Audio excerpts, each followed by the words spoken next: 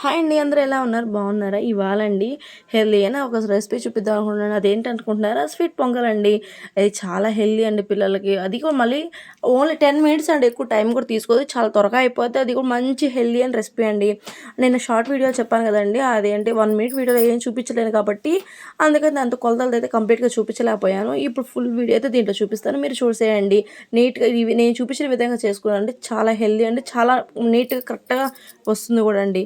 నేనండి ఒక గ్లాస్ అంటే ఎక్కువ తీసుకోలేదండి, మా ఇంట్లో వరకే కాబట్టి ఒక గ్లాస్ రైస్ తీసుకున్నాను. దాన్ని 1కి 4 సార్లు మంచిగా వాష్ చేసుకోవాలండి. వాష్ చేసుకొని ఒక హాఫ్ అన్ అవర్ పక్కన నానబెట్టేసుకోవాలి. అదేవిధంగా మనం ఏ గ్లాస్ రైస్ తీసుకున్నాం దానికి ముక్కాలంటే 3/4 అంతా తీసుకోవాలండి పెసరపప్పు. తీసుకున్న తర్వాత దాన్ని కూడా పక్కన నానబెట్టేసుకొని ఒక హాఫ్ అన్ అవర్ పక్కన నానబెట్టేసుకొని రెండింటిని ఒకే దాంట్లో మిక్స్ చేయాలండి. రెండు మిక్స్ చేసేసి మనం కుక్కర్ పెట్టేసేసుకోవాలి. కుక్కర్ ఒక 3 విజిల్స్ పెట్టుకుంటే సరిపోయిద్ది.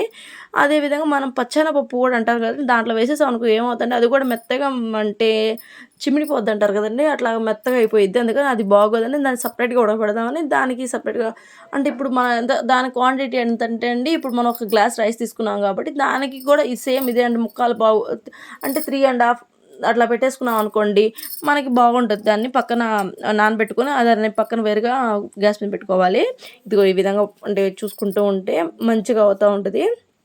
ఇదే విధంగా ఖాళీగా ఉన్నాం కాబట్టి అట్లా కొంచెం అంటే నేను ఆ గ్లాస్ బియ్యానికి కలిసి ఒక పావు కేజీ బెల్లం తీసుకున్నానండి. ఆ బెల్లాన్ని కూడా మంచిగా అంటే దంచేసుకున్నాను, పక్కన పెట్టుకున్నాను. అంతా చిన్న చిన్న ముక్కలుగా చేసేసుకొని తర్వాత ఇదిగోండి మనం ముద్దగా రీట్ అంటారు కదండి, అదే పప్పులు ఎన్నించుకుంటాం కదా, దాంట్లో కొంచెం స్మాష్ చేసుకొని కుక్కర్ 3 విజిల్స్ తీసేస్తుంది అట్లా స్మాష్ చేసుకోవాలి.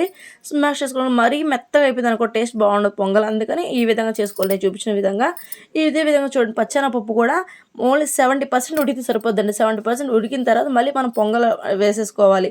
అంటే మళ్ళీ అంటే ఇది సపరేట్గా కాకుండా ఆ టేస్ట్ రావడానికి మనం 70% ఉడికిన తర్వాత దాంట్లో మిక్స్ చేసేసుకున్నాం. రెండింటిని మిక్స్ చేసుకుని బాగా కలుపుకోవాలి. ఈ విధంగా నేను చూపిస్తున్నాను కదా, అట్లా కలుపుకున్న తర్వాత మనం బెల్లం మెత్తగా దంచి పక్కన పెట్టుకున్నాం కాబట్టి ఆ బెల్లాన్ని ఒక పావు కిలోకి సరిపోయిద్దండి. కరెక్ట్గా పావు కిలో వేసామంటే ఆ తీపి సరిపోయేది. అప్పటికే మంచిగా తీపి ఉంటుంది, మరి తక్కువ అయితే బాగుండదు, అదేవిధంగా ఎక్కువ మరి టేస్ట్ అంటే మరి తినలేం కదండి.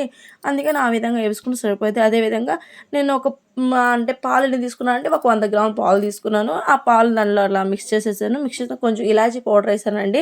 కొంచెం వాటిని ఇలాచీ పౌడర్ లేదు అందుకని ఇలాచీస్ ఉంటే వాటిని దంచేసి అట్లా వేసేసాను. ఇదే విధంగా పక్కన వచ్చి గీ కొంచెం వేసేసుకొని దాంట్లో కొంచెం డ్రై ఫ్రూట్స్ అండి, బాదము, అదే జీడిపప్పు, నెక్స్ట్ ద్రాక్ష, ఇవన్నీ కొంచెం అంటే మంచి ఎక్కువ వేస్తానండి. ఎందుకంటే డ్రై ఫ్రూట్స్ కదండి, పిల్లలు మామూలుగా నానబెడితే ఎట్లా తినరు ఇంట్లో. మన అసలు మాట ఈ విధంగా ఇట్లా చేసాం అనుకోండి, అంటే ఇప్పుడు వారంలో 3 టైమ్స్ అలా చేసాను అనుకో, ఇది ఇట్లా తింటారు కాబట్టి ఇట్లా నానబెట్టి వాళ్ళని ఇసిగిచ్చడం కంటే ఈ విధంగా నెయ్యిలో వేయించి పక్కన పెట్టేసాం అనుకో వాళ్ళు ఇష్టంగా తింటారు కాబట్టి ఇలా చేస్తాను. ఇది ఇంకా దగ్గరికి వచ్చేసేసింది. దగ్గరికి వచ్చేసిన తర్వాత ఇదంతా మనం నెయ్యిలో వేయించుకున్నాం కదండి, మొత్తం మిశ్రమాన్ని మొత్తం దీంట్లో మిక్స్ చేసేసుకుంటే ఇట్లా కలిపేసుకోవాలి. అంటే ఇప్పుడు ఇట్లా కొంచెం లూజ్గా ఉంటేనే బాగుంటుందండి, మరీ గట్టిగా అయితే అసలు బాగోదు.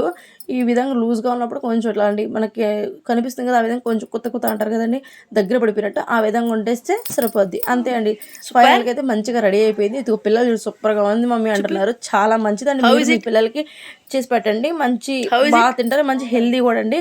ఓకే అండి, bye. Thank you friends. Okay bye.